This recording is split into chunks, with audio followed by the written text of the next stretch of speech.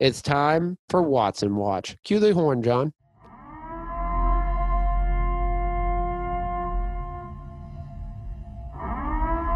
All right, so since the last time we had a little Watson Watch, we've had two teams come into the fray.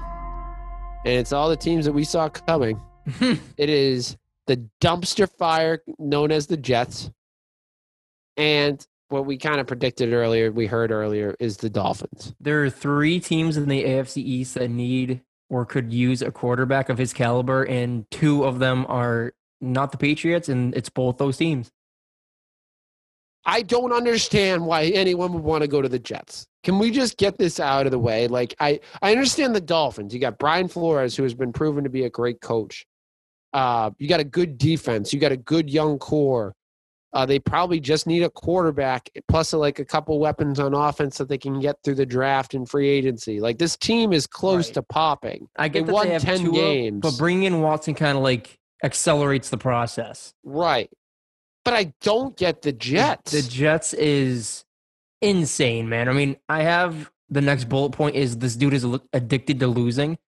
I don't know, man. Like, he hasn't accomplished as much as he should in Houston to this point. He signs that extension. He has a horrible season. And now instead of saying, I want to go somewhere where I can win now or have the potential to win more, you're going to go to some – dude, like, that's a lateral move. Texans to Jets is a lateral move. There's no growth there. That team still sucks. They don't have weapons. They arguably may have worse weapons than the Texans do right now. I don't know why he would ever want to go there, dude. I don't get the Jets. I really don't. And I don't get where the Jets – I mean, I kind of get it because you're getting a franchise quarterback, which is probably what you use your first pick on anyway. But – I mean, it's the Jets. They signed Le'Veon Bell and then fired the two guys that – wanted him. Yeah, I don't get it. I really don't. Like, I just don't get why he wants to go to this dumpster fire that hasn't won in, like, years. It's, like, frustrating. It really is. It's maddening. But with that said, what do you think is the price tag for him? Like, what do you think will be the deciding factor? Like, let's go through the – like, let's add the Patriots into the mix because we have to. Starting with the Dolphins, what do you think the price tag would be? So my thought process is I'm going off of what DeAndre Hopkins and a 6th-round pick, right? So I'm trying to figure out more like if a premier wide receiver goes for a second round or should go for a first round. If those guys are going for first and seconds, I would imagine Watson can at least get you at least a first round pick.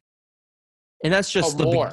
Well, that's what I'm saying. There's more to it, but if you're talking draft picks, a first round pick has to be in there. Yeah. You can't tell me they're sending, we'll give you 2 seconds, a third, and like a fourth in a couple of years. No. It needs to be there need to be first round picks in here somewhere.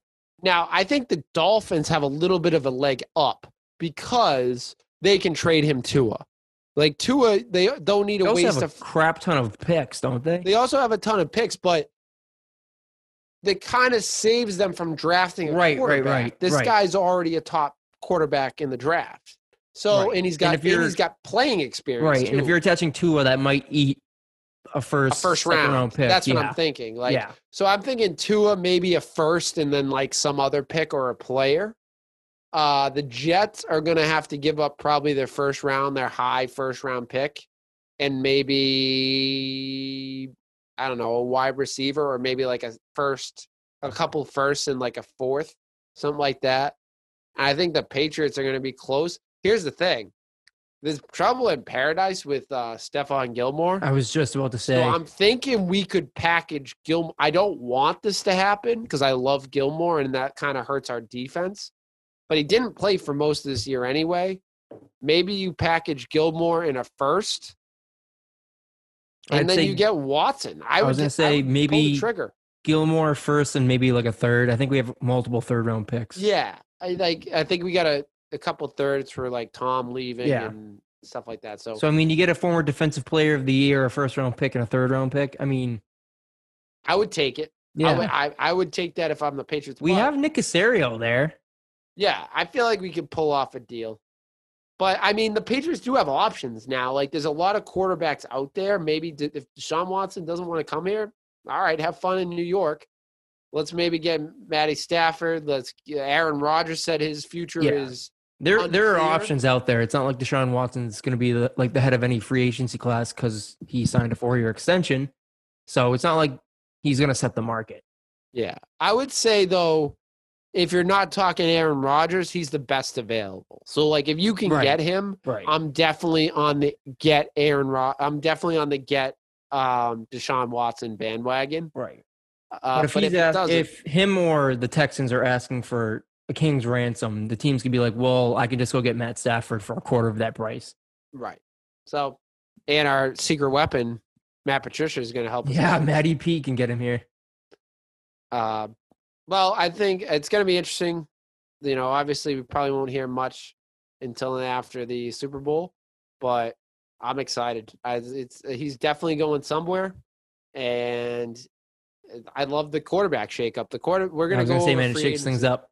The quarterback free agency, like last year, was awesome. Shakeup was awesome, and I think we're going to have another shakeup this year. So it's exciting, and I can't wait to see how it unfolds and talk about it in the coming weeks.